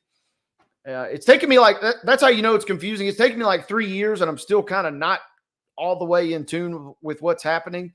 But what we do know is that last night, Steph Curry, Draymond Green, and especially Klay Thompson all bid adieu as their season ends 118-94. And again, a lot of folks across all corners of the internet are saying that could be the end, the final nail in the coffin, as it were, for this Golden State Warriors dynasty. I mean, it certainly could be. And you know, and maybe not. This is obviously a really good team. I think the Western Conference was just so good this year from top to bottom that it's, I mean, someone was going to have to be that 10 seed, and no matter who it was, could have lost, but they also could have won, and they could have gone on to be the 8th seed and even win against Oklahoma City. I mean, it's just so good in the Western Conference right now, and has been for a couple of years now. So, I mean, the competition is fierce. So, is it the end of a dynasty? Probably. Is that because the Warriors are just falling off a cliff? No. I think that the Western Conference has just found its way to a place where a dynasty is almost impossible to have. I'm with you there. I don't know that we will have a quote unquote dynasty in the traditional sense like that ever again. Here are some numbers though that we can tell you. The Warriors obviously win championships in 2015, 2017, and 2018.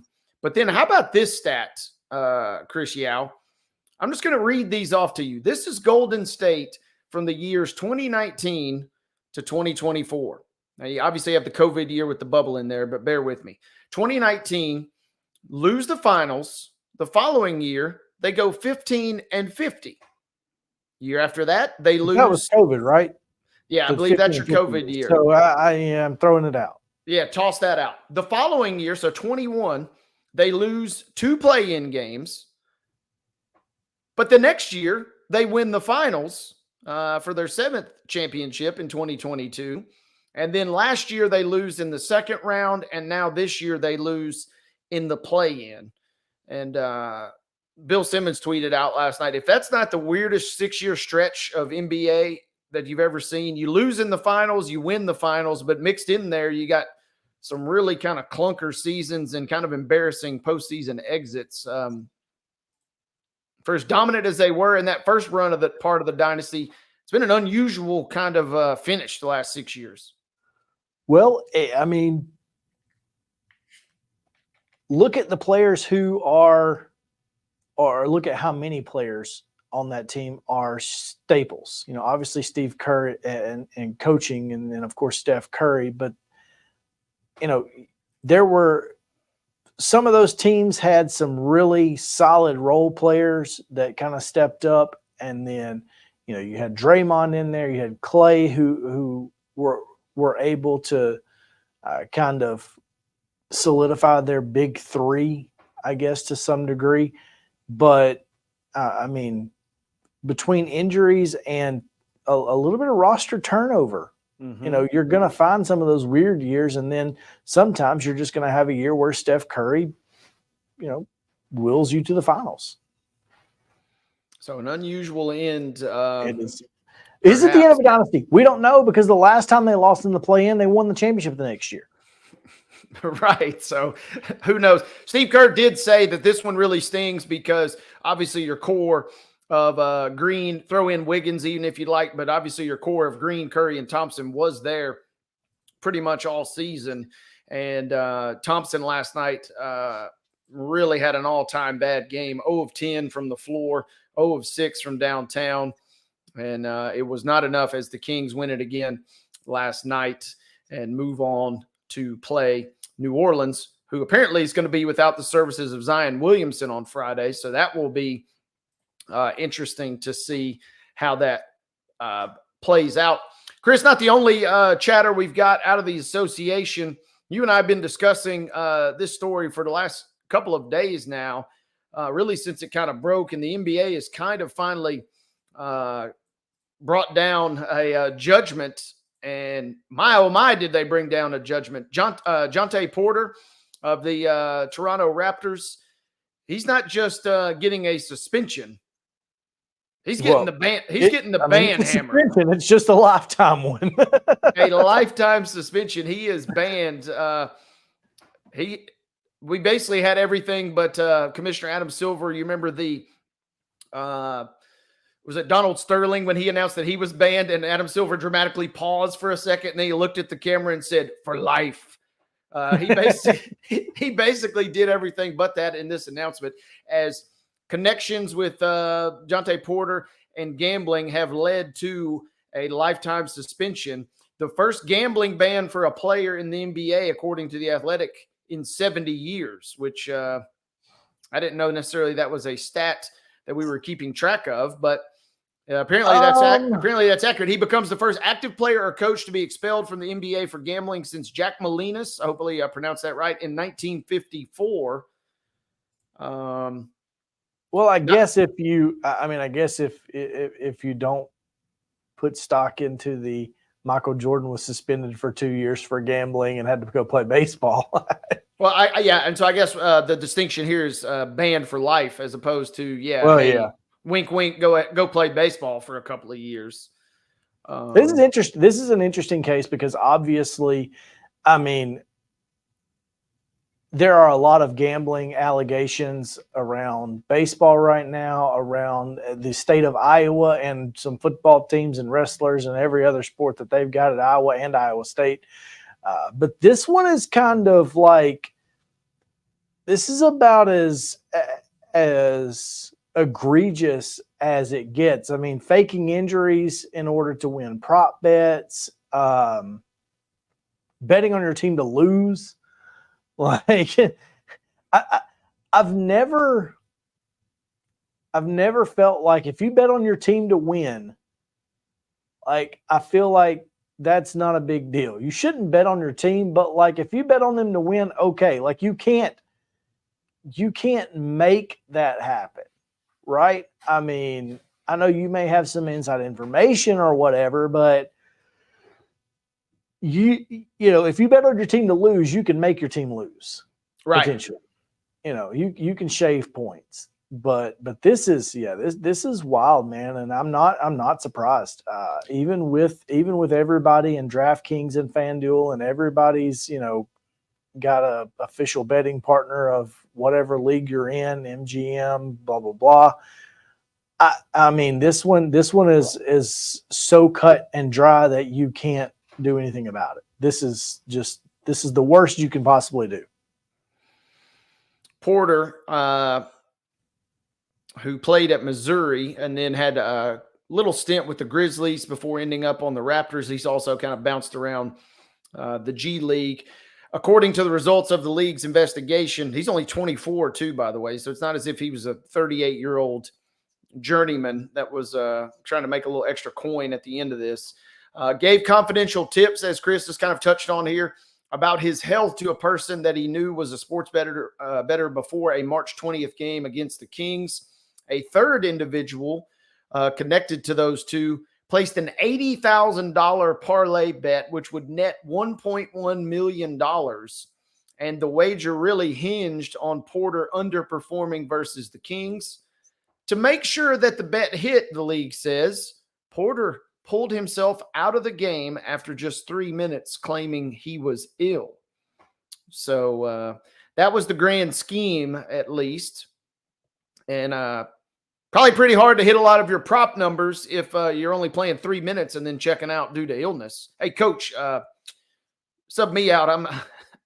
My stomach's not is not cooperating here today. Bad sushi. So yeah, we had bad sushi last night, Coach. I'm done. So also turns out, as Chris said, some of the games that he bet on as a player did include part of the Raptors losing. This is the part that I find interesting. The wagers ranged in size from $15 to $22,000. If you're an NBA player, what is your criteria? Hey, this one is not. I'm not feeling so confident in this bet. It's only $15, but oh yeah, by the way, the next night I'm going to maybe drop a $22,000 piece on one. I find the disparity kind of interesting. It says that Porter netted nearly $22,000 in earnings. This is through a friend's account. And you're right. This is the big picture takeaway, right? Is the leagues are so invested now with these sports betting companies, but at the same time, protecting the integrity of the game is the buzzword and the catchphrase that gets tossed around. Well, it's because they're in bed with these betting companies. The betting companies don't want these players stacking the deck. I mean, that's literally what it all wins.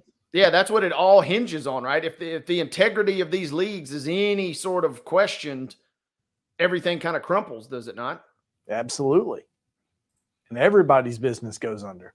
Yeah, this is the $80,000 prop bet, as we mentioned, is what really triggered the NBA into it says the bet was eventually. I mean, $80,000 and then you come out after 3 minutes. I mean, you could have at least gone out there and lollygag for a little while. So Jonte Porter is suspended or banned rather for life. Banned for life. It's like he's a member of the NWO. For life. For life. As this athletic article, as Chris kind of touched on earlier, does bring up Michael Jordan, the NBA investigating MJ back in '93, claims he paid $57,000 to settle a round of golf wager. I'll tell you this, props to MJ at least. He ain't betting no $15. You know, Jonte Porter was doing a $15 bet. MJ said, I'm going to at least get my money's worth, right? Well, MJ had a lot more back then too, but also true. But, you know, and again, that's the difference, though. MJ betting on golf, like, who cares? It's not that big of a deal, right? So I'm assuming you have a Birmingham Barons MJ story. Not really. I mean, nestled I away. was pretty young. I mean, I was 9, 10 years old. I mean, we went to a couple games, but that's about it. That's more than me. I think I was you and I are the same age. I probably tried to beg my parents to go, and they probably said, "No, we're not going that far." Like, we're not going to Birmingham, Alabama. We won't even get tickets. Yeah, we won't even get tickets there. Speaking of the Rickwood, the Rickwood Field of Dreams game that is taking place, if you're an Alabama resident, I know we have some viewers from down there. You can register in a lottery to win a chance to purchase tickets. So MLB.com/Rickwood, and you can register. And if your name is drawn, you can buy tickets to the upcoming game this summer against the Giants and Cardinals. And I'm glad you mentioned that, because guess what I will be doing the moment we sign off today now. It is only for Alabama residents, so you better have some friends south of the border. I got a few. You're gonna have to have some friends who are because the raffle is only eligible for Alabama residents. Okay, that gives me at least gives me a couple minutes to think of some sort of plot to try. Let's just say that both of my brothers, my mom and my dad, have signed up, and they don't even know it. Now that I do love. And this game is. You got the date, June 20th. Yeah, June 20th. I see here now. And the 18th, I think the Barons are going to play in a tribute to the Negro Leagues in the Black Barons uniforms. I see that now, and they're going to play the Montgomery Biscuits, where Giles County former pitcher Ben Peoples is a pitcher for. So maybe you can get media credential. Maybe sneak in there as in media access. We'll see. I'll keep that on the calendar. Hey, Chris, speaking of the fact that we had a guy banned for life is kind of wild and wacky enough. But you've been sitting over there in the studios in Clarksville for the last 6 hours, I'm assuming. Have you got something good coming down the docket? Because we're fast approaching our favorite segment of the week, Wild and Wacky Wednesdays, coming up next. Yeah, I've got some good stuff.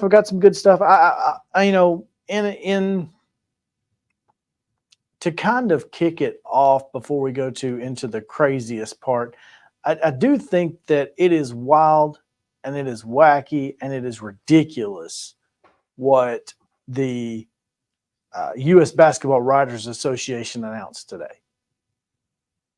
And that is that they are naming their Women's Basketball Coach of the Year award after Gino Auriemma.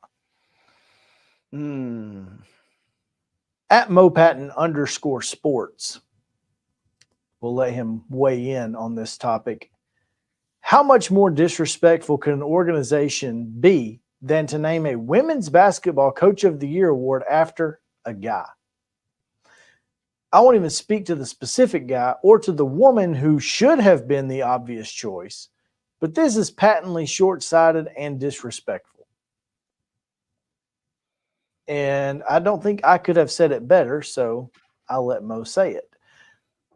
Christopher Gabriel, friend of the show, responds, I've heard the argument that Gino has won the most national championships, and he has, and I don't disagree with that. But should the award's name represent more than numbers? Pat Summitt changed the game of women's basketball. She paved the way for so many others to achieve the kind of a success and notoriety they'd obtained. Look, there is no Gino Auriemma. Gino Auriemma is an also-ran men's coach in, Newark, New Jersey, if not for Pat Summitt. Because women's basketball wouldn't be anywhere near what it is, and men would not be coaching it. They just wouldn't. All right. She elevated the sport to where it had never been. He said, I'm old enough to remember when John Wooden was asked who the best coach was in college basketball, and he said Pat Summitt. The reporter said, no, I meant men's college basketball. And he said, Pat Summitt is the best coach in men's and women's college basketball. So I don't really know what to tell you. One, you named it after a dude. Two, the obvious woman was there. and you went with that guy, who, by the way, most Women's Basketball Association Writers Association members don't like. Yeah. Anyway, so that's wild, that's wacky, that's ridiculous. That's more that's a grinds my gears segment. That is a trash can juice segment. That's a new addition to the trash can juice segment. In fact, trash can juice, no ifs, ands, or buts about it. But that's here we are. I tell you what, folks, we are going to take our final time out. When we come back, Chris and I are going to regather our thoughts. We will try and put that trash can juice out back behind the shed somewhere and not think of it again for a little bit, because we will close it out as we do every Wednesday. The wildest and wackiest headlines from across the globe, usually Florida, sometimes Alabama. Stay tuned. On the other side of this break, we will bring you Wild and Wacky Wednesday as we continue on here from the Lee Company Studios. It's Main Street Sports Today, and we are presented by TOA of Columbia.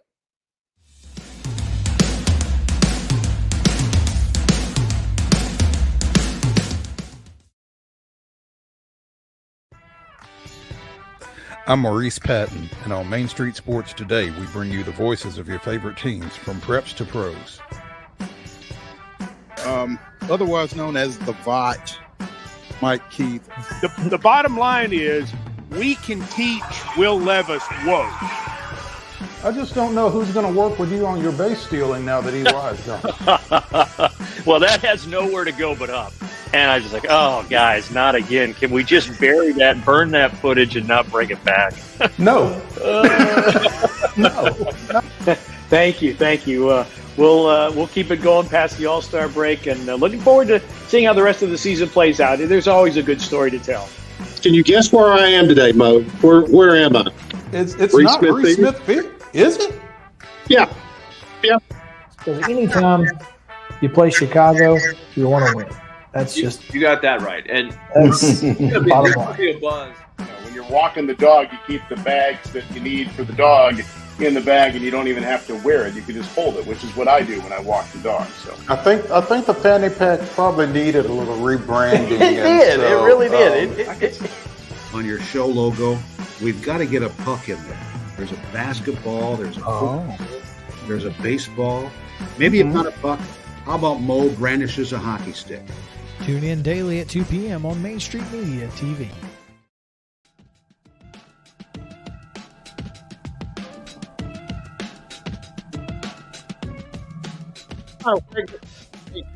Today, presented as always by Tennessee Orthopedic Alliance of Columbia. Chris Yao there, Wade Neely here. We come to you from the Lee Company Mobile Studios.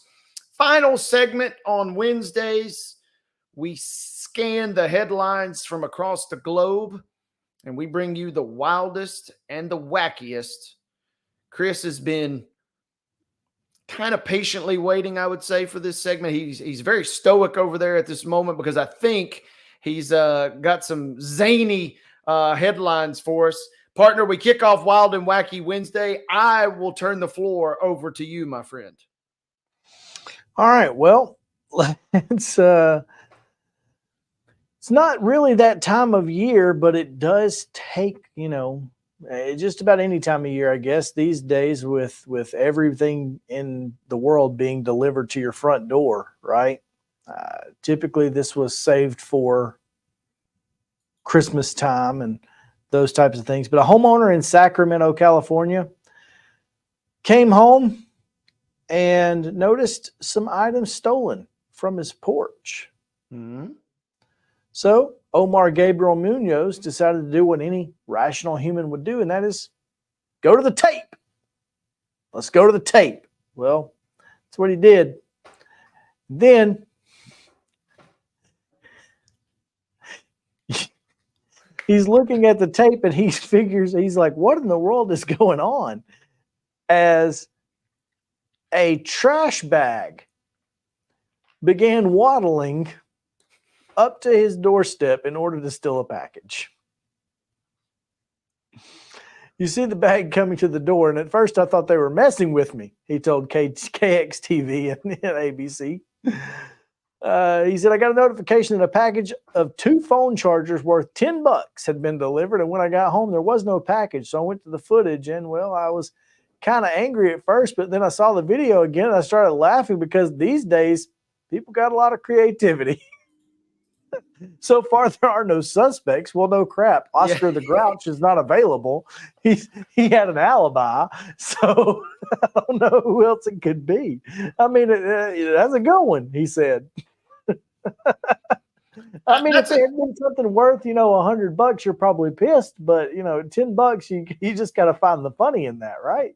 Yeah. And that's a that doesn't take a criminal mastermind necessarily to come up with that, but you just kind of got to, you got to tip your cap because it's like, well, okay, I can't really tell who you might be because of just the simple garbage bag right there. So, all right, let's go. Where did that story originate from? Sorry. Sacramento. Okay.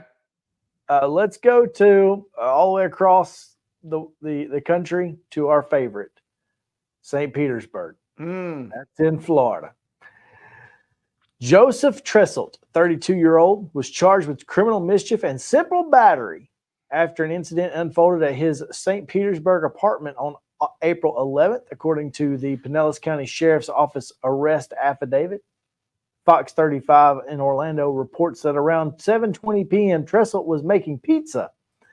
And then he told police that he heard voices telling him how to make the pizza. That's when his roommate began making some coughing noises because, as even me today, it's that time of year. A little dry throat, the allergies are out. You kind of cough sometimes. Well, that was a problem for Mr. Tresselt. He did not like that. He was very irritated. And that's when he grabbed a piece of the pizza dough from the floor that he had already thrown and then started pelting his roommate with them. That's right. The pizza dough struck him in the hip when he was sitting at the dining room table, according to the affidavit. Deputies say he had no visible bruising on him, but after the incident, Tresselt allegedly went into his roommate's room, grabbed his dresser, slammed it down, and pulled the drawers out, causing the dresser frame to break. And he did this on the way to his room, which is on the same path. So after he was Mirandized, he decided he would talk because, of course, that's what you do. What is rule number 1 after you're Mirandized? Shut up. Instead, he told police that his roommate was making coughing sounds I did not like, and he was angry. By the way, he's still in jail. His bond is only $1,150. Sir, you ain't got $100 to get out. Like, I guess they make free pizza. I don't know. Getting pelted with pizza dough is that's a new one. Yeah, it's new. It's probably not a pleasant experience. And I was waiting on a considering it was Florida and just kind of given the voices type thing. I was waiting on a bath salts. Oh, yeah, I'm sure implication that was involved, but there was nothing to allude to that in the story. No, but I will not be surprised. I could say confidently that something was involved. Some sort of mind-altering substance. Yes. It well said. Well said there. Hey, I've got one for you. Go for it. Yeah, let me make sure I get this correct here. Uber of rideshare fame has announced their lost and found index for this past year. Oh, what if I told you, just think about that, right? Think about how many Ubers you've been in your life. And, if you're a driver, think about how many potential passengers you've had. Uber reveals that some of the more notable items that were left in cars this past year include a toupee. Of course. You get out of the car, you're like, do I got my keys? Do I got my wallet? I got my cell phone. Must have forgot to pat the top of the head there because the toupee was apparently among those. You get out and you go, boy, it's kind of breezy out here. Yeah, it's a little cooler than I thought. Other item of note: a ceramic cat. Who's traveling with a ceramic cat?